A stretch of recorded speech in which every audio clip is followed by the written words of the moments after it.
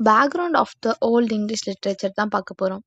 Volt English லிட்ரேச்சரை Anglo Saxon அப்படின்னும் கூப்பிடுவாங்க. இதுக்கு ஒரு ஏன்னு நான் சொல்கிறேன். இதுதான் earliest form of English language அப்படின்னு சொல்லுவாங்க. இந்த லாங்குவேஜ் எப்போ பேசப்பட ஆரம்பிச்சதுன்னா ரஃப்லி between 680 to 1100. The year is very important. அந்த லாங்குவேஜ் சடனாக சேஞ்ச் ஆகாது. அஃப்கோர்ஸ் அது கொஞ்சம் கொஞ்சமாக தான் சேஞ்ச் ஆகும். அந்த டைமில் பார்த்தோன்னா இந்த லாங்குவேஜ் பொய்டிக் லாங்குவேஜ் என்னென்னலாம் ரிஃப்ளெக்ட் பண்ணுதுன்னா heroic values, war, loyalty, fate, religious faith, like Christianity தான் மோஸ்ட்லி அதை பற்றி பேசியிருப்பாங்க.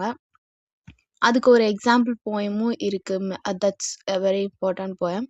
ஸோ அந்த டைமில் ஒரு வேர்டாக எதுவுமே எக்ஸ்பிரஸ் பண்ணதில்ல. இட்ஸ் லைக் ஓரலாக ஒருத்தருக்கு இன்னொருத்தர் அந்த ப்ரோஸையோ போயமையோ